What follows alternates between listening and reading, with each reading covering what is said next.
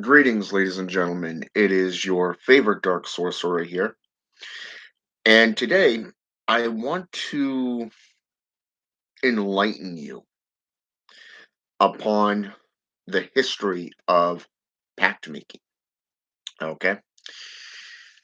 Today, especially over the last 50 to 100 years, there's been a number of different practitioners that came forth and has written books on blood pacts. You see, E.A. Coetting, How to Become a Living God, was just one of many. Okay, and they all have their own little spin on it. Okay, but when it comes down to making any kind of blood pact, you have to actually understand what you're doing. Okay, not just that, but where did it come from? How did it come into play? And why is it something that is important when dealing with spirits or even groups or organizations? Okay, it's all symbolic. So I thought I'd give you a little rundown of a history and do a little reading in the process. And I gotta shave my goatee again because it's making my nose itch. Always gets that length, and all of a sudden it's like, eh. So, Gabriel Fisher, welcome to the channel again, my friend. So today I thought, like I said, I'd give you a little bit of a rundown. Okay. Now, when you go into any dictionary, okay, and I mean any dictionary, you look up the term pact. Okay. And I kind of wrote down a little bit of stuff here because I wanted to hit the key points. The Webster's Dictionary and Thesaurus, and I did this off the Blood Pact because this was the major issue and reasoning behind the targeting of Bulg and other occult, based communities on social media. So I want to kind of focus around the blood pact, but also the deal, the agreements and stuff. So when we look up the term pact, it means agreement, settlement, compact, and bargain. Okay, basically a treaty. Okay, and a treaty has been done by by just about everybody from governments to tribes to independent tribes that have been warring for feuding whatever, down to spiritual alignments and spiritual agreements. Okay, so there's a lot that goes into it. It's not just something that's new. Now, according to the dictionary aspects, pactum nuit of pactus, meaning an agreement between persons, groups, um, parties, nations, compact and or to make a covenant. Okay. Now the meaning behind a covenant is basically you are making a covenant with a spirit. Okay. You are making a covenant with another group or another person, another individual. And this befalls numerous different applications from blood oaths to a covenant of verbal agreements. Okay. This is something that is legally binding, okay, in a court of law. Okay. It's not just anything new that is done with spirits or outside of that, say, if we go back into Viking traditions, a blood oath is a brotherhood. The Hashishin or the Knights of Templar, for an example, would cut open their hands and they would shake on it, mixing their elixir, okay, meaning their sacred life force, the blood that binds them together, okay. I want you to get this full grasp of this because when you see individuals doing this. This is a physical, legally binding contract. Today, you have all these little laws, and the CDC would warn you, oh, it's going to be a pantheon of diseases, all this other stuff, and it's hilarious how they try to control everything, but it's there. You type in, for an example, how to make a blood pact into Google, and you'll get a number of things from Harry Potter to Dungeons and Dragons to various other sources, including a blood um, pantheon website that is linked to the CDC. Okay, but you don't really see many blood pacts or oaths being done in the open. So when you go into the Urban Dictionary, a pact means a serious and legally binding pact between parties in which blood from each party is placed onto the bottom of the pact next to the signature of each party attending. Okay? That's each party attending. Okay? And you look at what Facebook and YouTube has done to EA Query. Okay? You look at what say, for an example, the BBC News is doing to EA Quitting and How to Become a Living God through their articles. It's just accusations, and you're going to see where this comes into play in just a few minutes. But when you get into this, they mentioned the blood pact that was found by this individual who killed the two sisters in England. Okay, according to legal documents of the authorities, he began frequently attending websites. Okay, and I've spoken on that in the past, so I'm not going to get into that. But the point is the blood pact was the main damning evidence that was associated to E.A. Kuwait. Okay, because he did speak on this through numerous books. Okay, the significance of blood spilling and blood magic. Hemomancy is what it's referred to. Chemomancy is a practice where blood sorcery is mixed in with blood magic. Okay, spiritual conjuration, signing your name in blood, giving your oath and a blood oath. Okay, there's a huge amount of topics, like I said. So I find it interesting that nothing was said about E.A. Quetting's signature being next to this kid's signature, not mentioning the blood oath. Okay. So you see, there's a lot of lies here. There's a lot of illusions that people are being led to believe, and everybody's panicking over it. Okay. So, right here, the Urban Dictionary clearly says a serious and legally binding pact between parties in which blood from each party is placed onto the bottom of the pact next to the signature of each party involved. Any amendments that are required to be fixed need to be done so in the view and presence of all the original parties that are that were present in the original pact making. Okay, and the signing of the blood oath and everything in that pact, the original pact. Okay, now what's interesting to note is a lot of this is being done by the JCI perspective. This is the Judo Christian Institution's perspective on everything. And the reason for this is because they have a rich, long history of condemning any other religious practice or philosophy to keep themselves in good graces. And this is actually including politics, legal laws, you name it, it's there. It's all intermingled and it goes back hundreds of thousands of years. Okay. So when we get into the King James Version, the teacher's edition, Exodus chapter 22, verse 18 says, "Thou shalt not suffer a witch to live."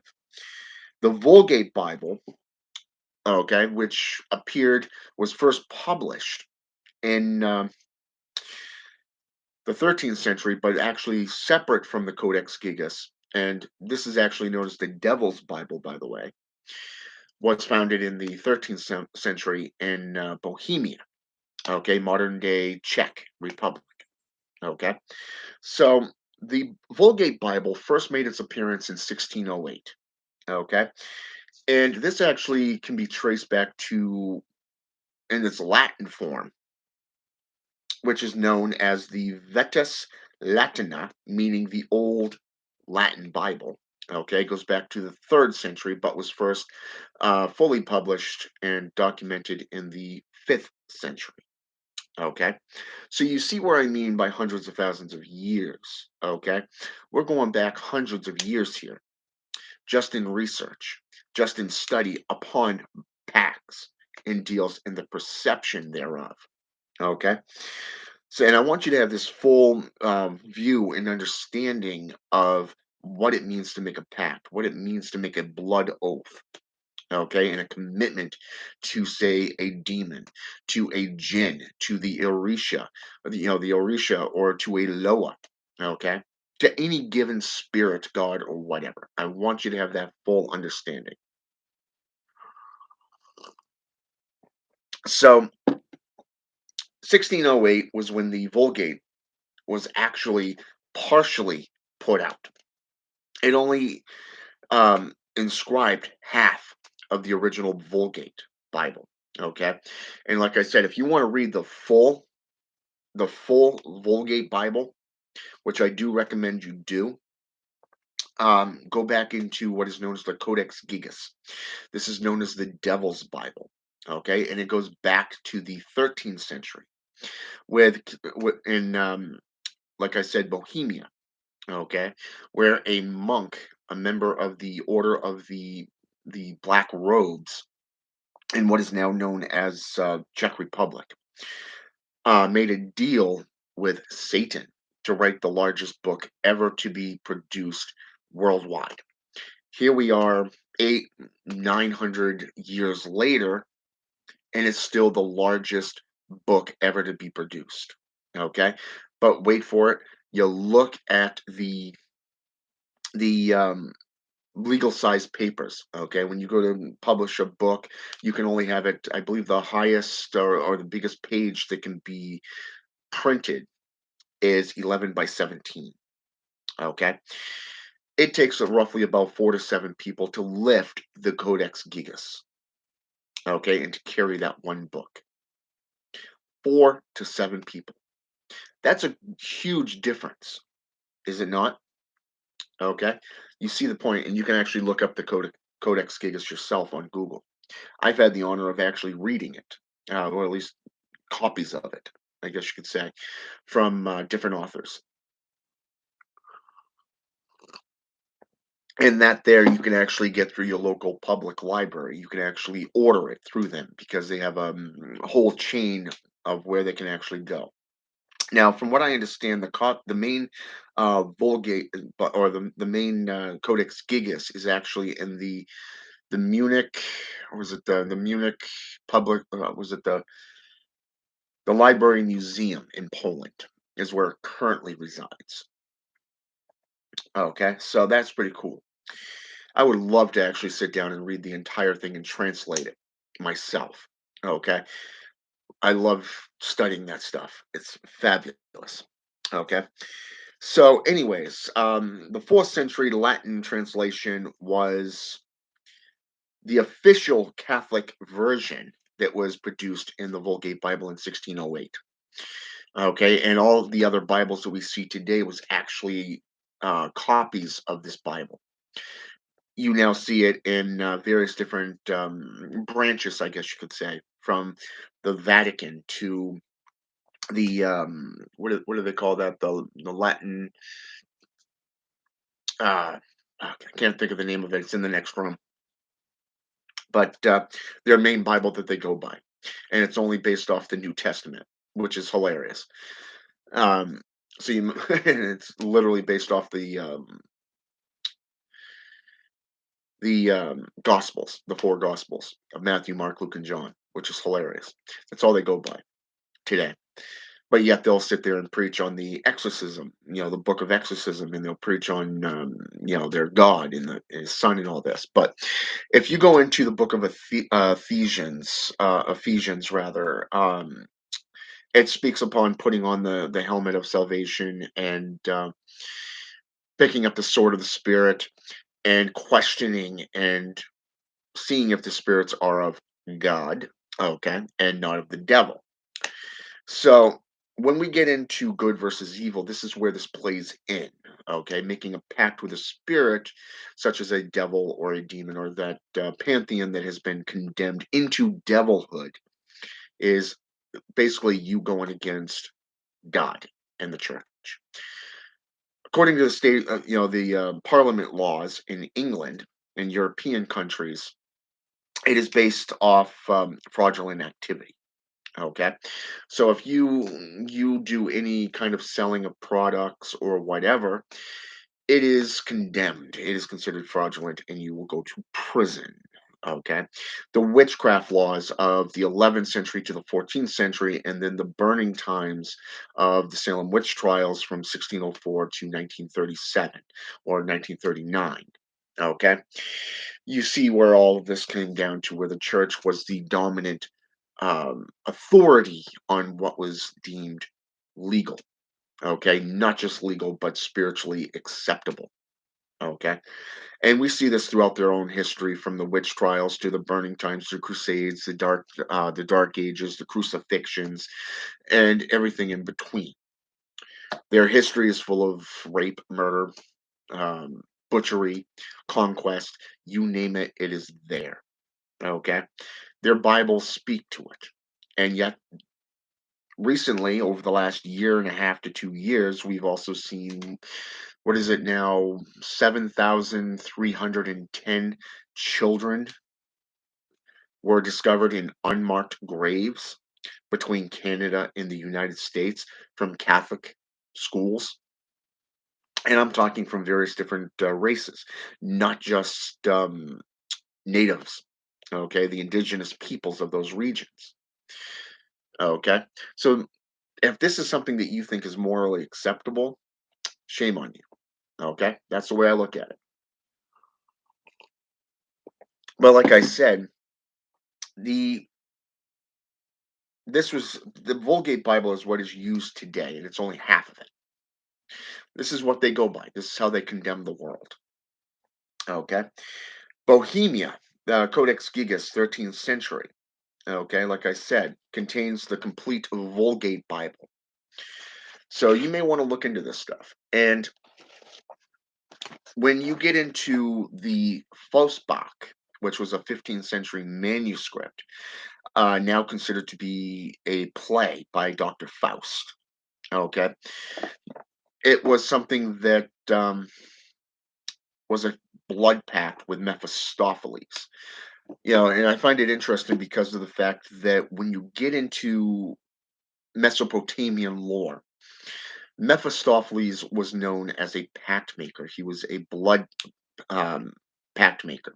Okay, he was known as one of the many names for the devil. Okay, and here we see where he was associated with occultists, devil worship, and pact making for desires. And it was that basically, if you look at modern day practitioners from third world countries. Okay, just for an example, I know a lot of people, and I'm not the only one who's received emails or messenger, requests.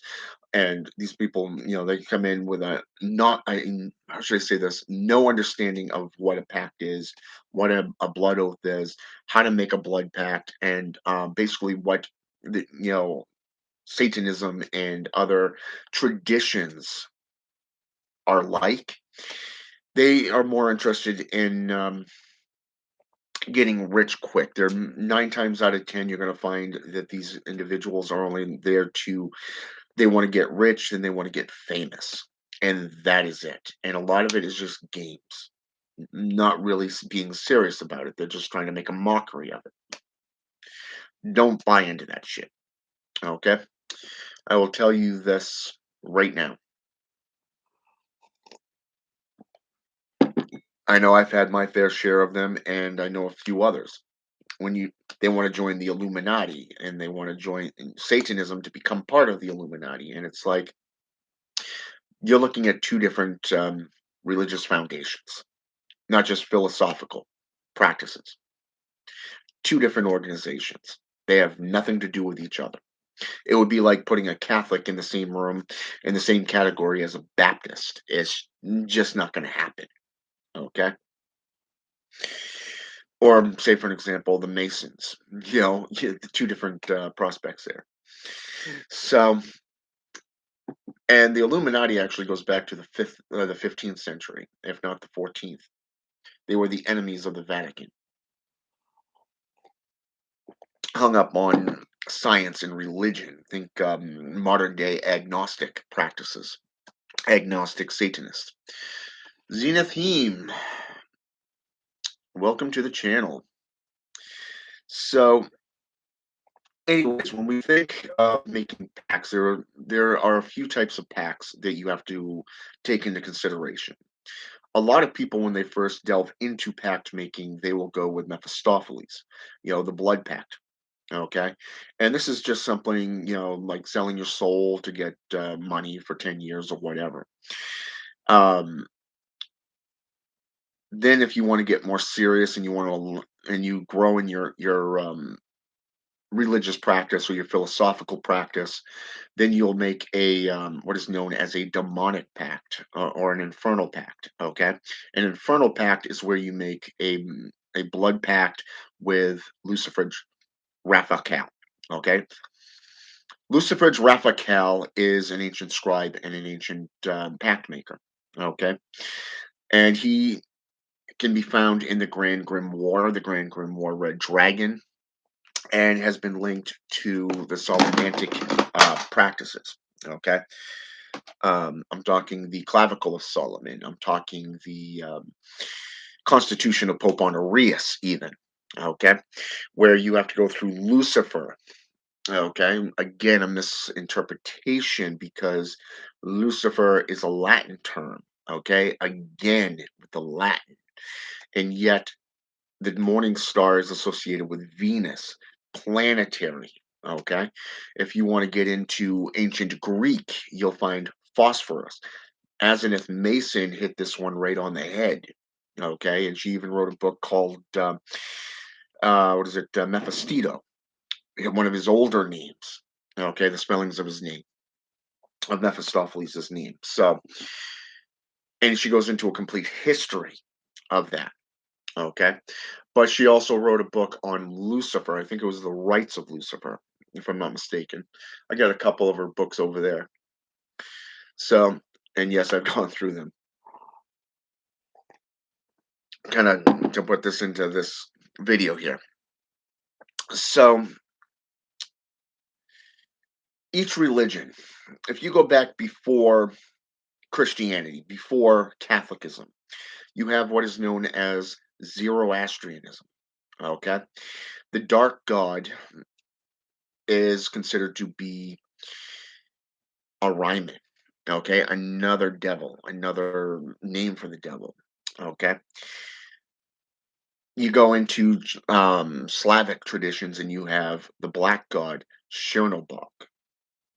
Okay, just about every single region of the world has a devil and has a god of light. I mean, even if you get into the Necromyicon and you start doing soul pacts, agreements, for power and in exchange for souls, or in the name of Tiamat, the dragon of chaos. You can even see how she went up against her third generation son known as Marduk. Okay, Orion versus the Mad God, Ahura Mazda. Even, you can go through Mesopotamian lore where you have was it Pazuzu through versus Lamashtu, for an example. You know, you have Set versus Ra in Egyptian lore. Okay, there's worldwide. There's the god of light and the celestial god, and then you have the dark god. Slavic traditions, you have Belobog versus Chernobog. So I mean, every single one of these, you have two different opposing forces. Even if you go back into Sanskrit and you see the scroll of Amrin, you will see that there is Michael, the leader of the sons and daughters of light, versus Belial, the leader of the sons and daughters of darkness. Okay, so you see where the political aspects fall into play, not just the spiritual. And even today, through the United States Constitution, church and state is the biggest illusion right now, is the fact that church and state is separate.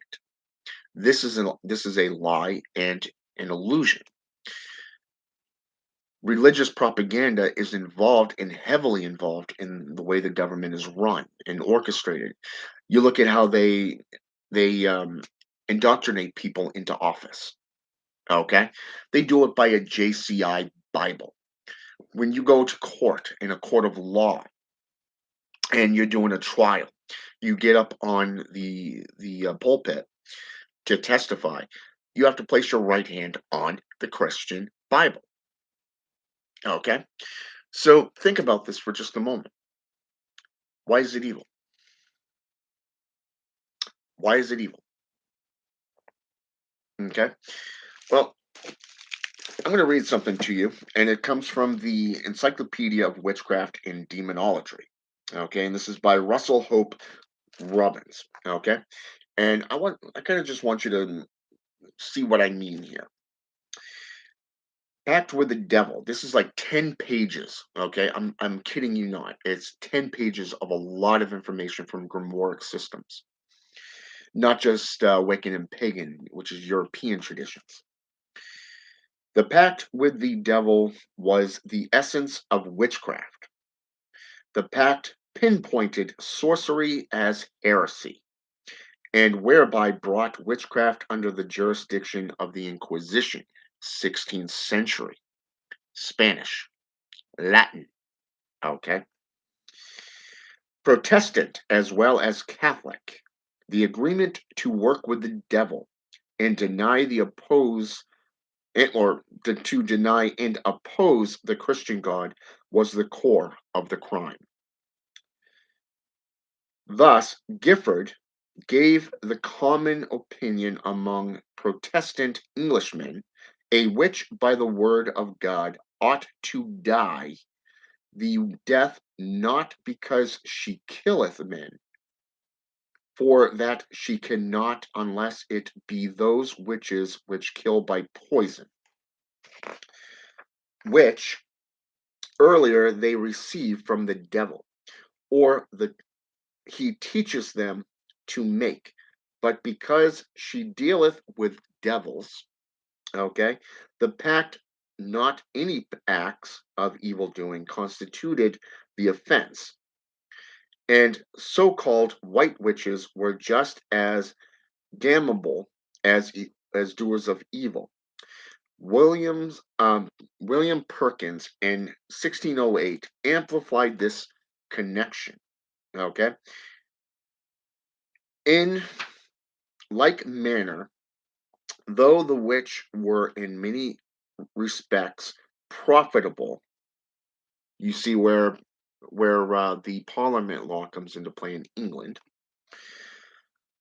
and did no hurt, but procured such good, yet because he hath renounced God his King and Governor, and has bound himself by other laws to the service of the enemies of God and his church, death is his portion, justly assigned him by God. He may not live. Okay.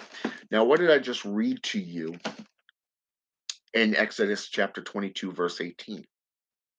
Okay. Thou shalt not suffer a witch to live. Okay.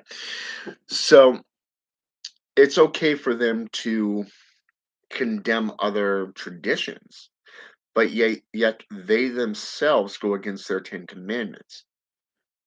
They had made a pact with their God to do his work, to live for him, just as a Satanist would live for Satan. A pagan or Wiccan would live for, say, Canunos, the horned god, the father, and that of Diana, or, you know, the mother, okay, in European traditions. But yet, their Bibles are full of rape, murder, incest, conquest, warfare, slavery. You see the pattern here. I mean, even in all these other traditions worldwide, you see this duality. Okay, you're seeing the duality. Let's say, for an example, we go into the Constitution of Pope Honorius, or that of, say, the Clavicle of Solomon. Let's go into the pact aspect of this. The sorcerer, or the potential wizard, would stand in a circle of protection. Wiccans and pagans refer to this circle as a circle of protection. Okay, so don't get the two mixed up. In the triangle of evocation, they would summon Lucifer's Raphael.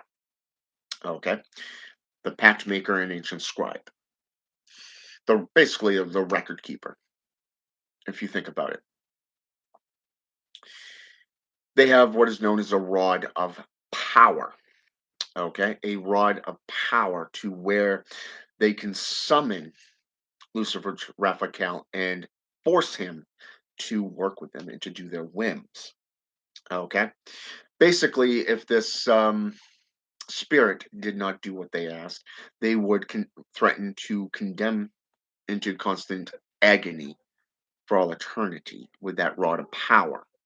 Okay, and it's not just this. I mean, when you look at, say, for an example, ceremony of demon, was it Edward Arthur White's books of ceremonial magic or the black arts?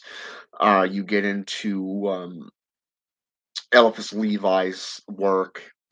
You get into hermeneutics or whatever. It's always you're condemning a demon to constant agony.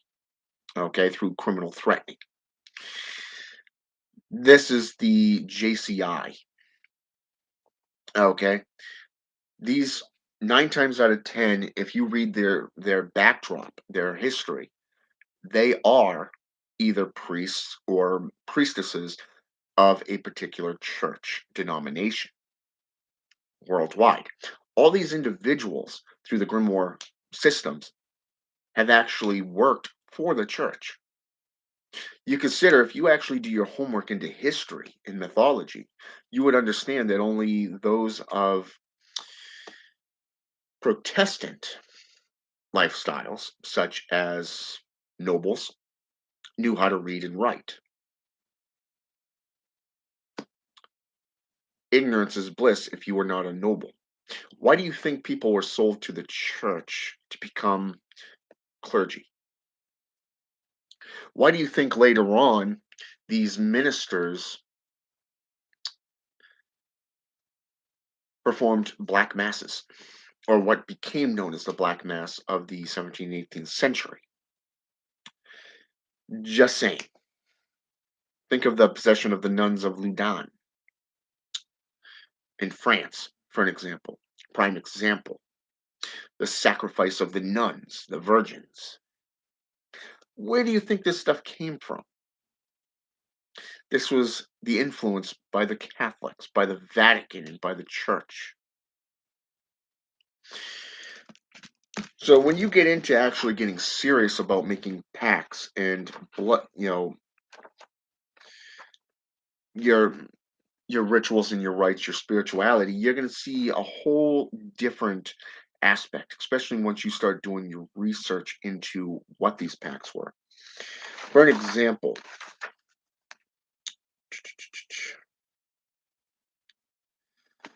Another name for this, a private pact, professionio tacita, and the professed or Salem Public Pact, 1525.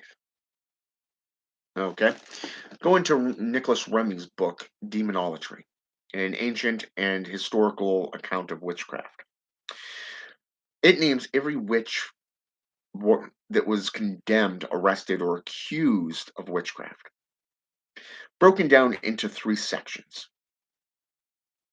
Those who worked for the church that were able to perform witchcraft acts, demonology, spiritual, um, ceremonial rites, because they were considered to be able to not become corrupt or overpowered by a spirit because they were sanctioned by God. Okay. And I do that literally like this with quotations. Okay. And the second one was the white witches. Okay. What did I just read a little bit ago? White witches for healing. They were sanctioned by the church for healing, meaning you had to actually go to the church and petition them to even perform an act of witchcraft in this fashion. Those who basically said, up yours to the church, these were considered devil worshippers. They were black magicians, sorcerers. And this is right in Nicholas Remy's book of Demonology. Okay, this is a 15th century account of witchcraft. He even goes as far as bringing in herbalism and alchemy into the account of witchcraft and associated with witchcraft because of the fact that you notice how I mentioned earlier and just the opening fashion of this.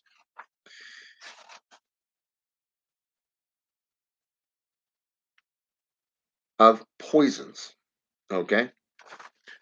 I find it interesting that around the 15th century, poisons began to be used as a common means for execution, basically assassinations of nobles, giving them the excuse to go on the Inquisition and rampage. Chapter 1 in Nicholas Remy's book, Demonology, lists three powders: black, which kills, an amber color that makes ill, and a white powder that miraculously heals. And these were three powders that were supposedly found on the accused witches that were condemned throughout the Spanish Inquisition, throughout the witch trials. So today, you see where when people make pacts, they will put in a whole bunch of ludicrous stuff: money, rich, and famous. Okay, become so wealthy that nowadays it's all about sex, but you know to each their own, I guess.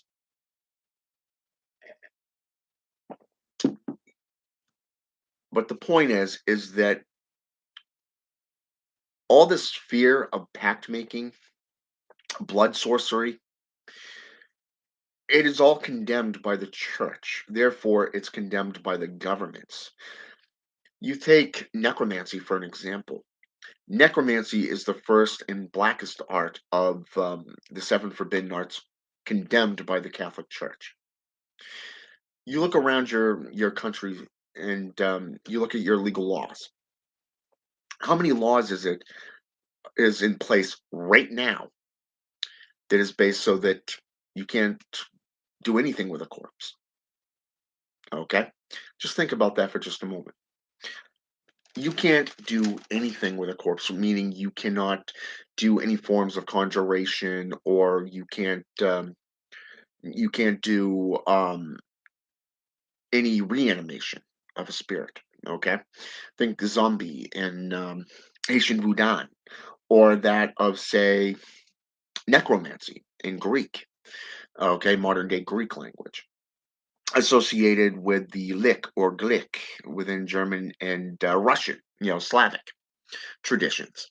Okay, but yet the world, anybody who became a morgue tactician or a grave digger, a funeral home director. Anybody that deals with death, like a thanatologist, is considered dead already, and therefore you're basically a plague. And yet, how many people want to get into the medical profession? Think about that for just a minute. Necromancy over the last 3 to 400 years have had a major impact on the medical field. Yet you have so many different laws today about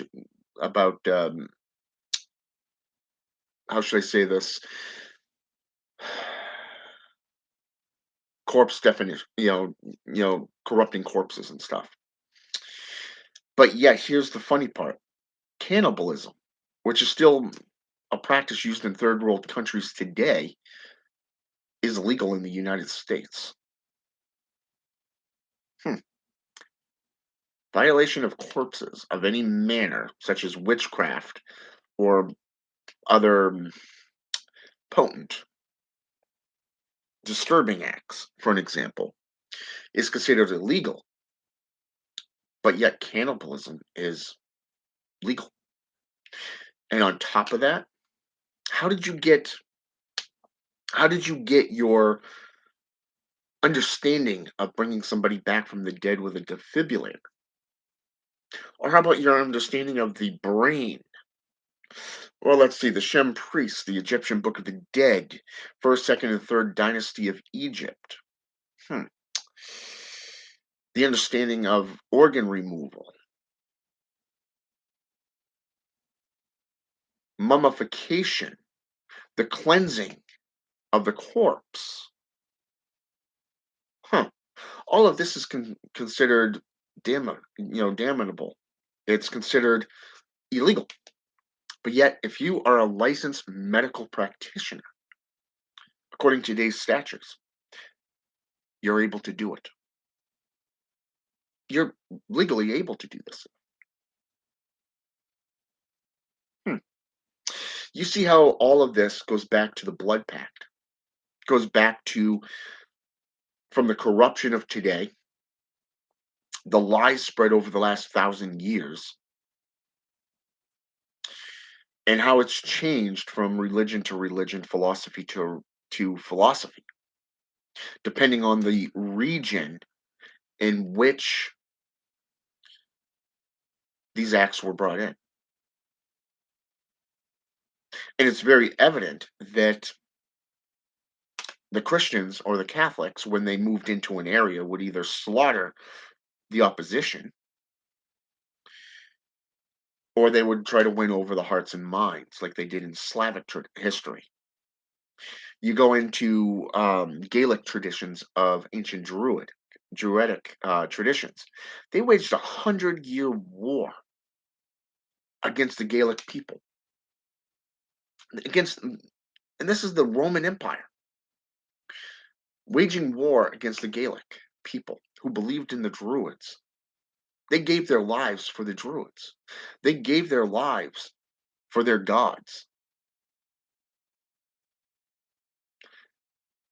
And yet the church cut the head off the proverbial snake by sending a legion to slaughter the Druids. Again, murder.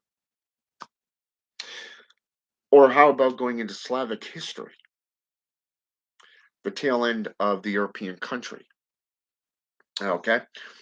Half the country is Protestant, basically Catholic, Christian. The other half is associated with pagan and European traditions. Hmm. They get along pretty well. You go down into, and so what do? Instead of going in and slaughtering everybody, they pull the proverbial shades over their eyes and win their hearts and minds through, guess what?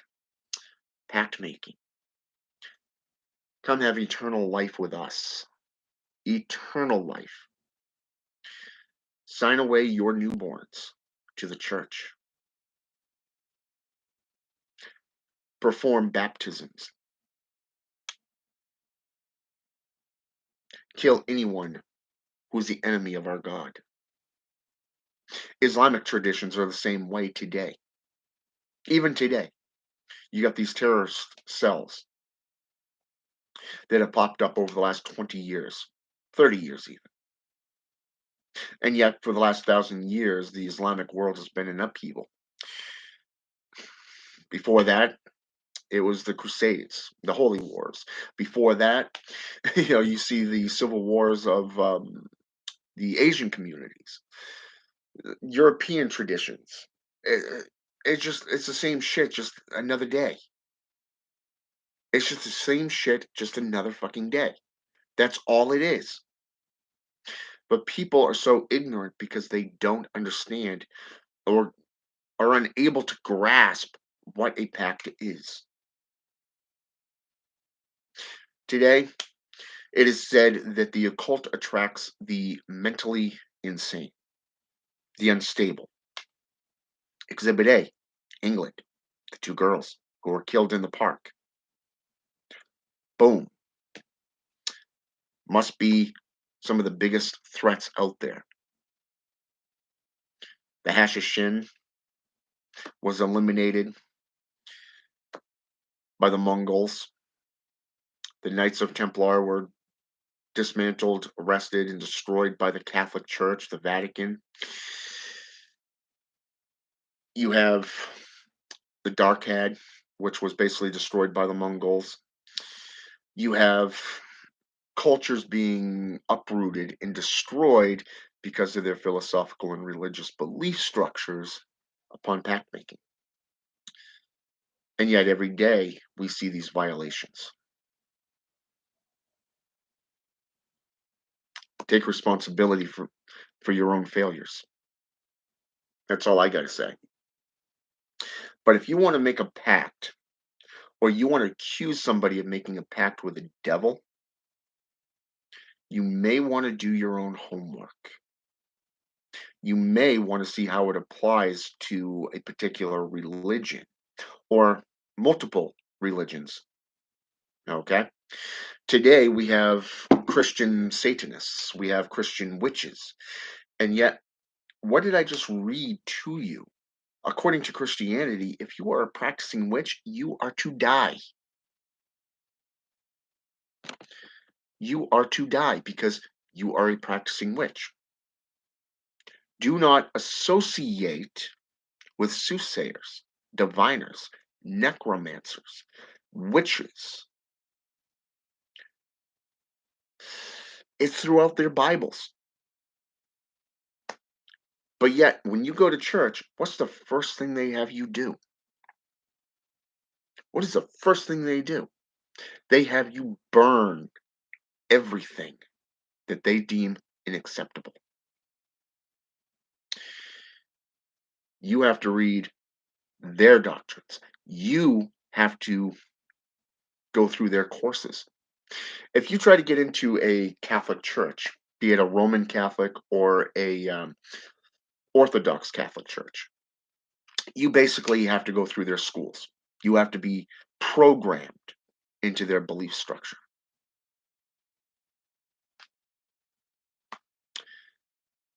And yet, with these subdivisions, such as Baptists, Jehovah Witnesses, um,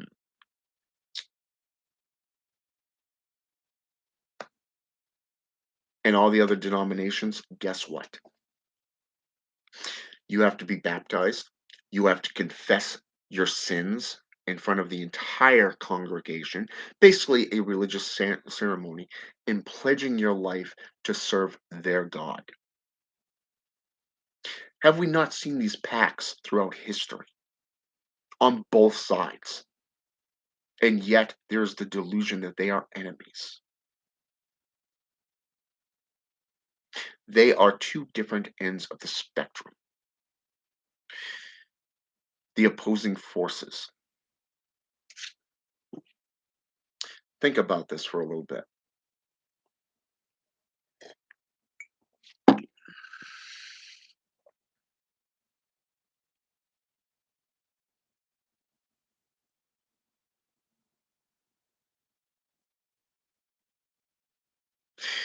Give it time, Gabriel.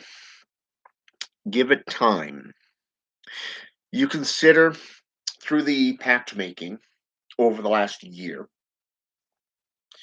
ever since this kid was arrested, we have seen the complete shutdown and controlling of religious groups such as pagan, Wiccan, Satanist groups being shut down. Independent individuals who haven't been on for months, weeks, or months are being restricted and banned. And it's always the ones that are non Christians. Okay. This persecution is already taking place. Okay. And now you have a kid who is mentally unstable, who committed a crime against humanity. He murdered. Thou shalt not murder, which is also one of the 10 commandments. Okay. And where is it? Let me see. Exodus. I think it was chapter. It's Deuteronomy chapter 5, I think. And chapter 23, I think. No.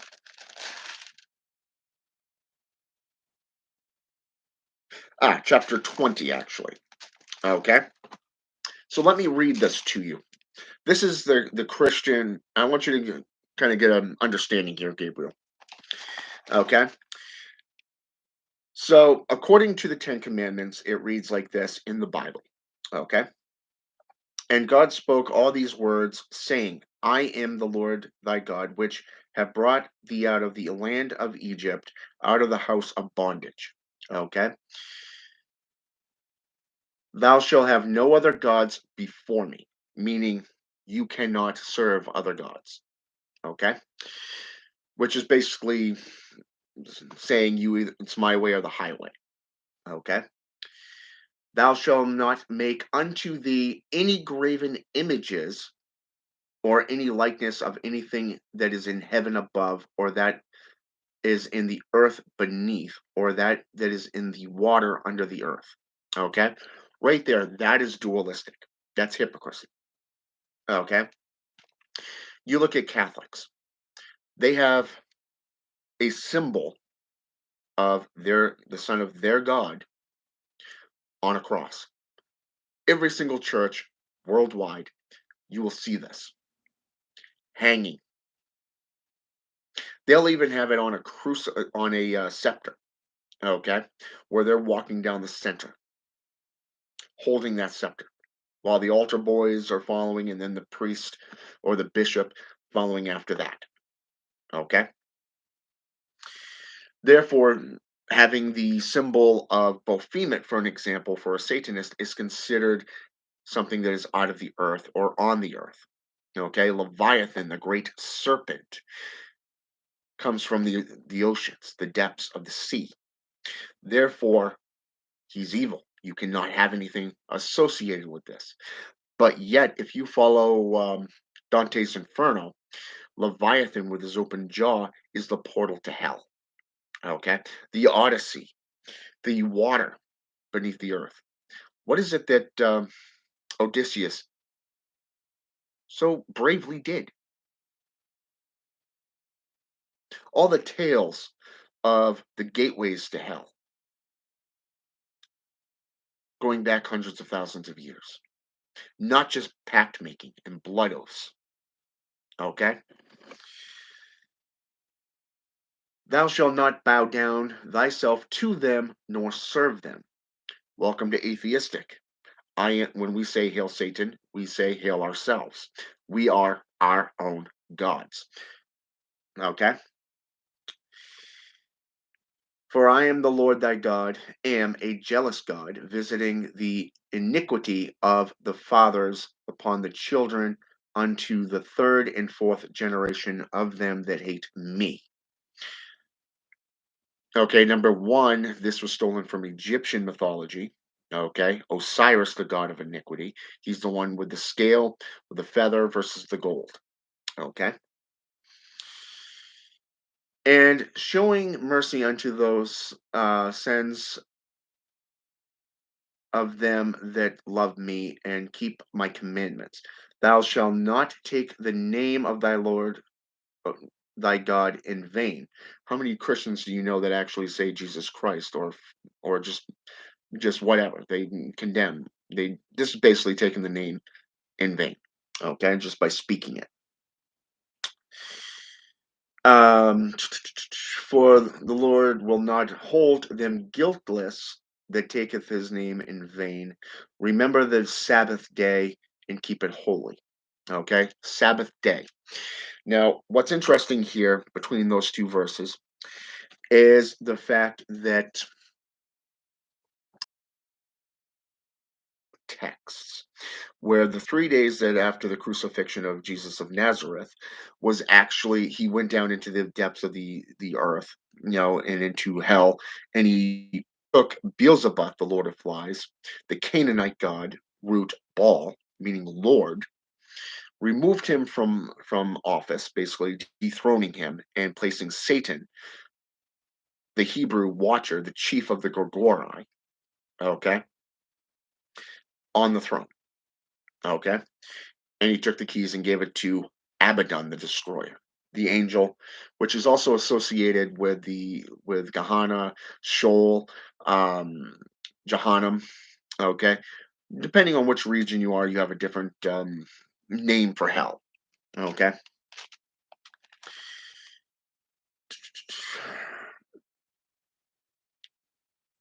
and Beelzebub was actually the lord of the witches' Sabbath.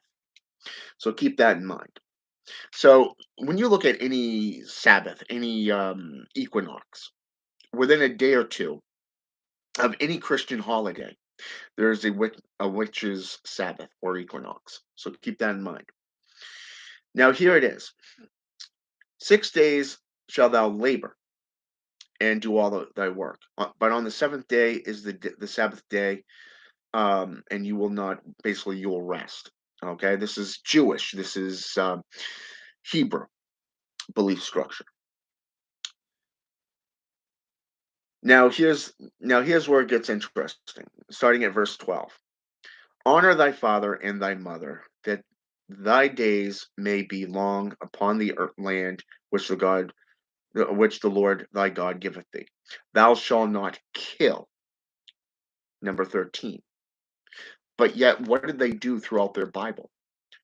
Murdered, raped, pillaged, conquested. New and Old Testament. Condemned everybody else. Thou shalt not steal. And yet, they themselves, their forefathers, have stolen every fucking scripture that they have from older traditions. Wow. Thou shalt not commit adultery. How many how many Christians do you know that don't do this? I can name off at least a half a dozen right off the bat. And that's just me. I know many Christians who claim to be Christian and yet they commit adultery. They will cheat on their spouses, they will do whatever just because they think that they can do better or get something better in their lives. Thou shalt not steal, thou shalt not bear false witness against thy neighbor. And yet, the witch trials of 1604 to the 18th century is renowned for such a thing. Get rid of thy enemies by any means necessary.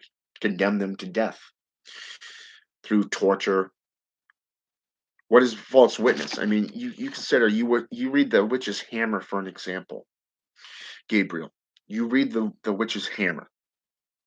And you'll notice that the one thing all of these things have in from the crucifixions all the way up when dealing with Christians is they tortured the victim into confessing.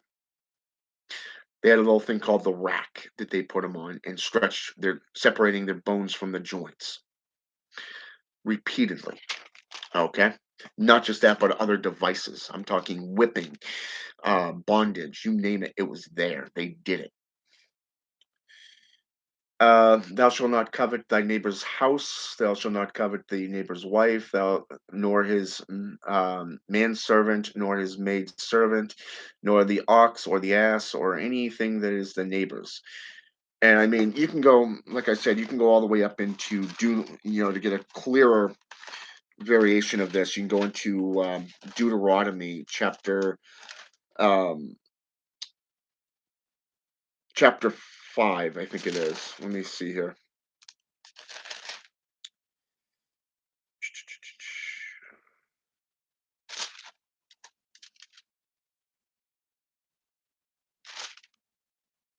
Yes, it's chapter 5.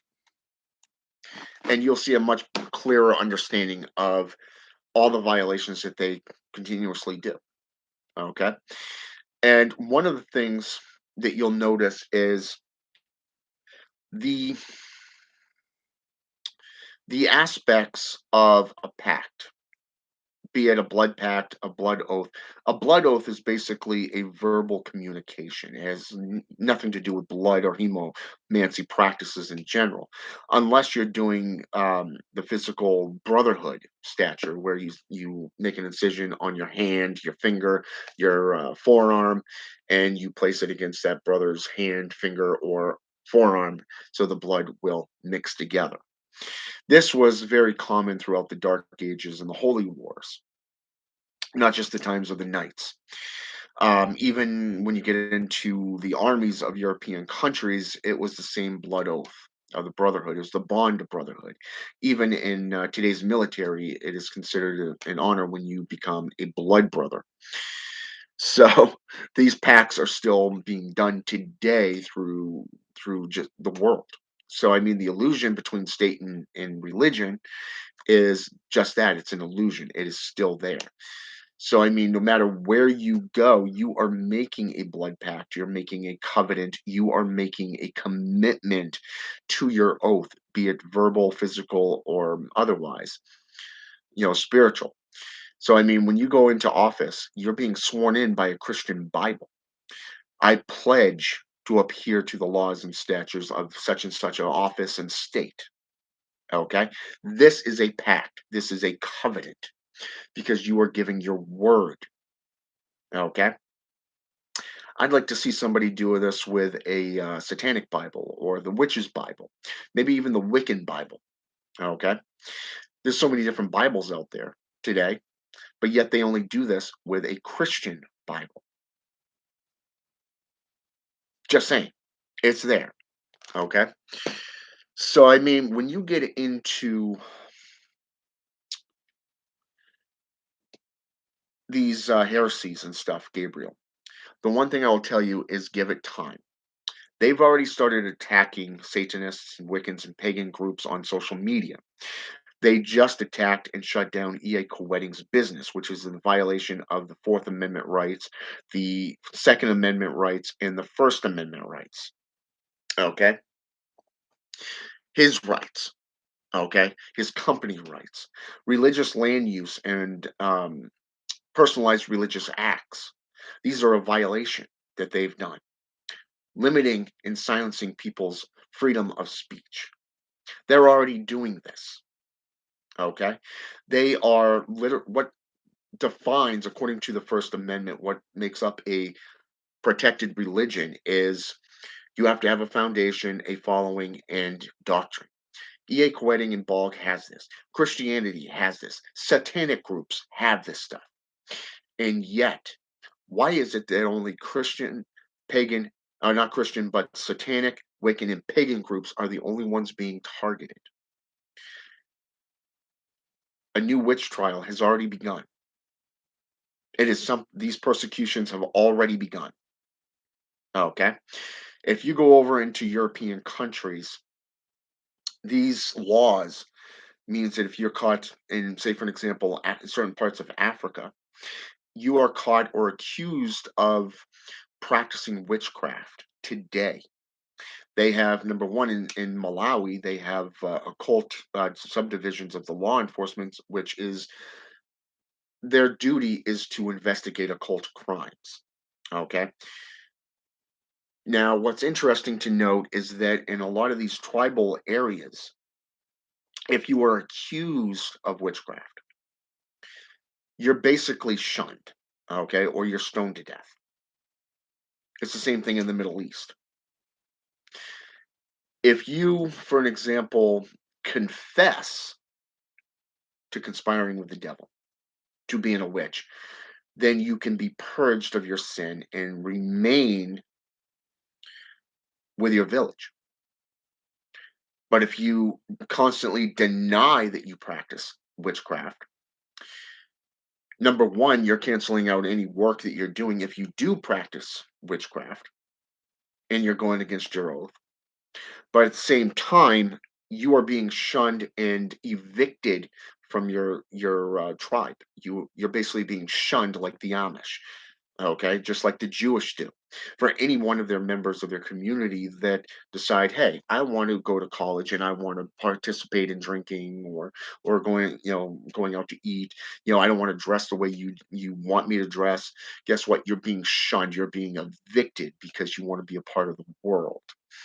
Okay.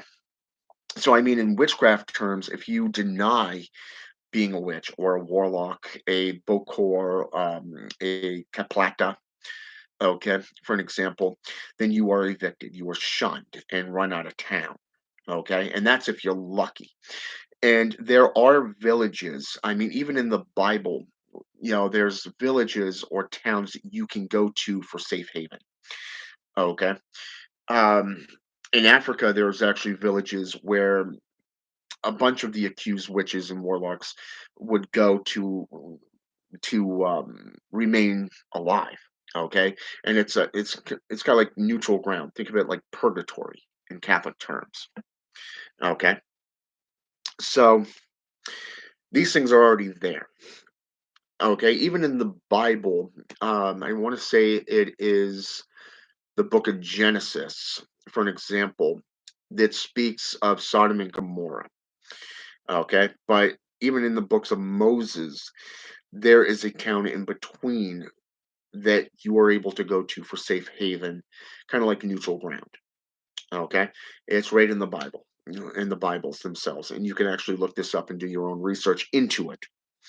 So, I mean, like I said, I mean, Christians have spilled blood for hundreds of thousands of years, making pacts with their God. Human and animal sacrificing, even, have been associated with pact making. Okay, think about Abraham and Isaac for an example. Prime example in the Bible. Okay, God tells Abraham to sacrifice his beloved son to test his loyalty and faith to him. He supposedly sends the devil in chapter 1 of the book of Job after Job himself. Said, you can do whatever the fuck you want to do to him, but do not kill him. Okay, the book of Leviticus, known as the book of the law, animal sacrificing, the burnt offerings is what they're called. This is a Jewish custom. Okay, Jewish. This is where they constantly made blood offerings, blood pacts within the tabernacle. Okay, the burnt offering of the flesh would signify an erotic aroma that really gave their god a hard on. The blood would be placed in a chalice upon the main altar, and the carcass, I should say, the innards of of the animal, would be placed to sit and rot in the sunlight, while the carcass itself was burnt. So, I mean, think about that for just a moment. Blood pacts. What is a blood pact? What is an offering of hemomancy? It's not just Christianity, it's also Satanism, witchcraft. It's been this way for hundreds of thousands of years and goes into multiple different cultures. To think otherwise is idiotic and dualistic. It's hypocrisy. You're lying to yourself. Okay. So, I mean, it's only a matter of time um, before the rest of America starts persecuting witches and warlocks in a legal system. They're already violating the constitutional rights. If you go down to certain parts of Texas, for an example, or the Bible Belt, people go missing every day because they're not in line with what is known as the good old boys group. Rumors go back and forth about you, especially if you've made yourself known to the public. I've done a video in the past of my experience when I lived in Texas, the ass end of the Bible Belt. Or as I like to call it, hillbilly, rejects land. But the point is that no matter what pact you make, you are responsible for upholding that. It is a legally binding contract, no matter what religion, no matter what state you're in, no matter what country you're in. Okay. But if you are a practitioner of any given religion, you may want to do your homework because it does not matter if you lived in European countries, African Caribbean traditions, or the Western or Eastern philosophies. Okay? Because these practitioners were highly valued and respected by the populace. You can go back, like I said, to the Shem priesthood. They had a key function when dealing with the dead, just like that of the grave diggers, the funeral home directors, the morgue technicians. Okay, anybody who deals with the trash or dead or the dead, spiritual matters, they're avoided like the plague. They're shunned. Sometimes they're run out of town like the Shem priests were, or they were just basically invaded and butchered, like the Shemhem, like the Hashishin, for an example, the dark had, the dark or black shamans. Okay, you look at the indigenous peoples of the world. How many times have you seen them be conquered by the JCI, the Judo Christian institutions? And here we're seeing it again today. Give it time, Gabriel. It's only a matter of time at this point.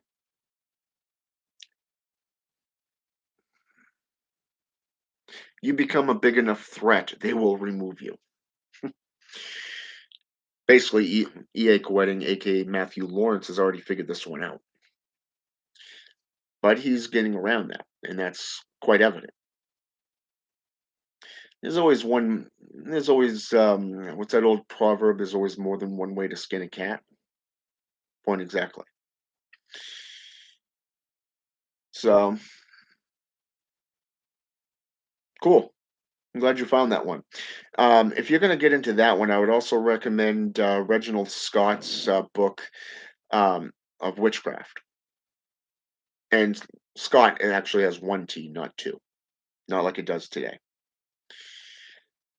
I would also recommend getting into linguistics. I would also, languages, because and archaeology, because of the fact that not only does mythology and history play into account, but archaeology as well, because the language barriers change depending on region and the era of time that they were spoken in. For an example, I'm going to give you one right now. Michael today is considered and taken from the Hebrew word meaning he who is like God. Go back 500 to 1,000 years, and you will see where it means soul collector. Go back to ancient Sanskrit, and it means face of love. Okay, you see the differences between, what is the name Michael means.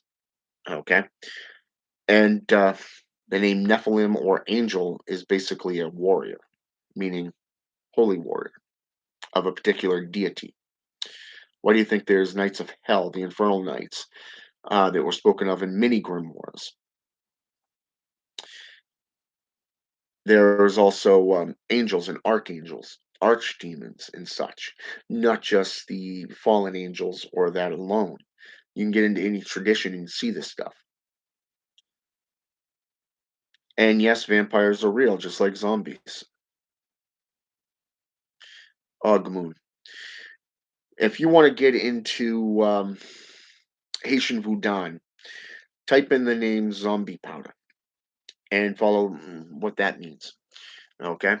Get into European traditions, and vampiric lore has been placed throughout Europe, from Slavic traditions all the way down into ancient Greek. Okay. Not just Europe or Germanic. Think of it from their perspective. If you supposedly died, like in Romanian mythology of Vlad the Impaler, where his house was the house of the dragon, now considered to be the house of the demon. Okay, Dracula, according to popular folklore.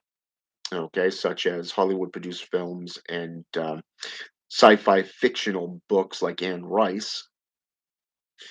You'll notice where they become more romanticized.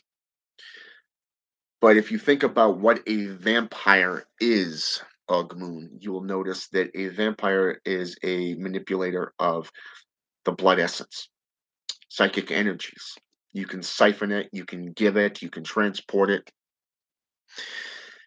And in European folklore, a vampire was somebody who was considered to be undead, like a lick or a glick, a necromancer. The old folklores are full of them, from ghouls to reavers, revenants, and hellhounds, the black dogs, and such. All of these things were folkloric beings. You get into, say, for example, Scottish or Irish traditions, and you have the Elven or the Sith, the Siddhi.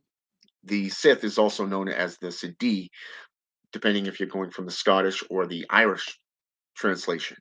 Okay, meaning the people of the mounds. If you go into, they made a deal, a pact with the opposing force that they would go underground. Okay. Hey, Starseed Root Witch, welcome. It's been a while.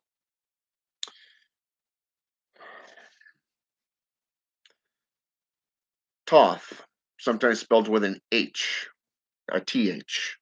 Egyptian god of magic. Yep. And my knees are falling asleep here, and they're kind of achy. I've been sitting on the floor for over an hour now. But the point is that when you get into folkloric traditions worldwide, you're going to see these pacts being made. Okay. Pacts are made for any number of traditions. I mean, you get into the Red Book of Appen, for an example, Ogmoon, and you will see where blood sorcery and animal bones are utilized. Utilizing Moloch, for an example, the Prince of the Valley of Tears. In ancient Babylonian tradition, Moloch was a giant calf. Okay. It became known at the foot of Mount Hinnom as the Valley of Tears because of the fact that the corpses were tossed into a giant boiler. Okay, basically an early version of what we have today as boilers, crematoriums. Okay, basically it was a crematorium before Christianity came in about 400 or 500 years later, and guess what? Now it became associated with child sacrifice. So you see how that changes. So you got to keep that in mind.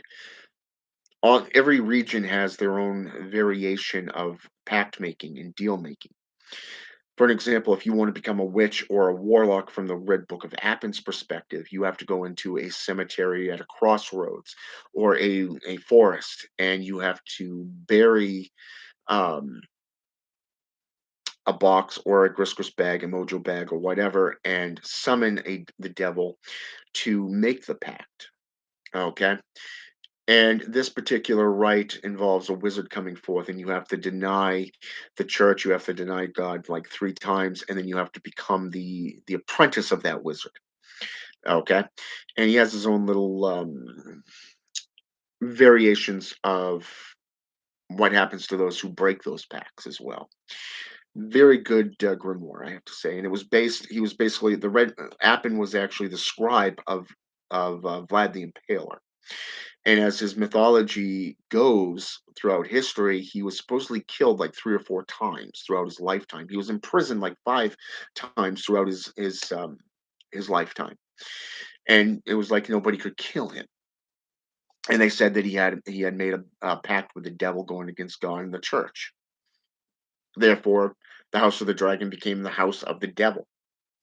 Okay? So you really gotta do your homework into these things. There's a huge thing that a lot of people don't realize.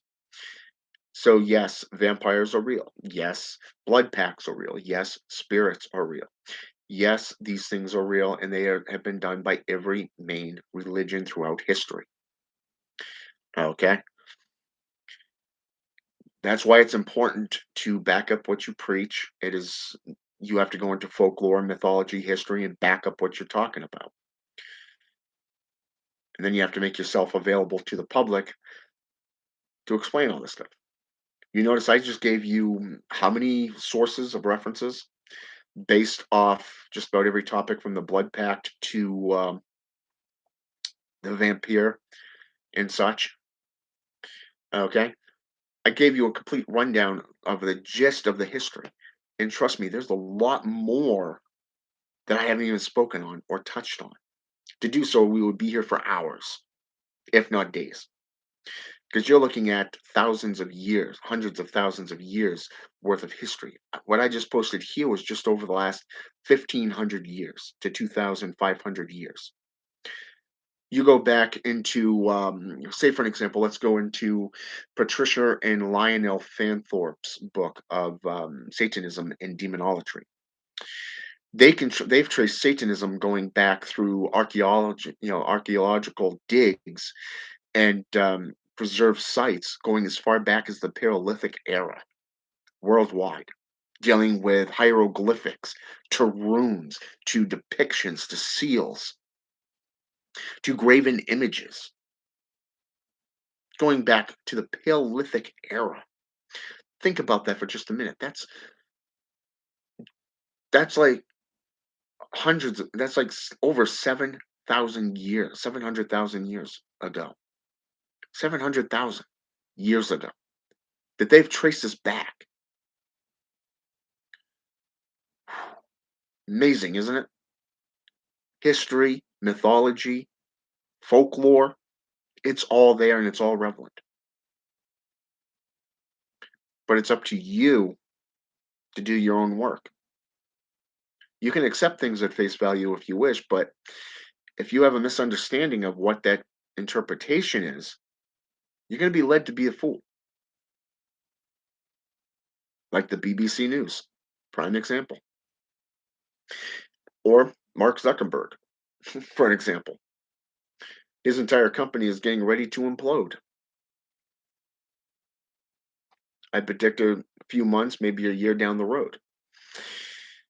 Namely, because he's already got people in his employee that is literally investigating from the inside out. You got corporate whistleblowers who have already come forth with accusations, and you got all the religious and legal rights being violated of those who frequent his online services. Okay, such as Facebook and Instagram. Okay, so I mean, and this is all because of BBC News. This article, because E.A. Koetting did not want to speak. He did not want to come forth and reply to them. Again, that was his choice. Am I defending him? No. And I want that perfectly clear. I'm not defending E.A. Koetting or Bald.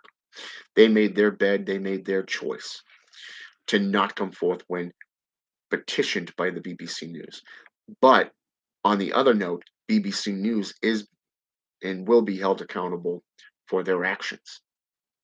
But as for what's going on right now, the the blood pact is something that people need to have a clear understanding on from various different sources, not just a Christian source. All these so-called specialists that they bring forth are from the JCI. No one else. You want to know about devil worship, you want to know about pact making and blood pact making, go to a practitioner who does this stuff. Don't call these freaking idiots that don't believe in shit. Okay? Some of these specialists are professors of some form of degree within colleges or museums. Some of them even work for the governments worldwide. like archaeology, and all they have is speculation. And these are the people that they bring forth. These are the types that they bring forth.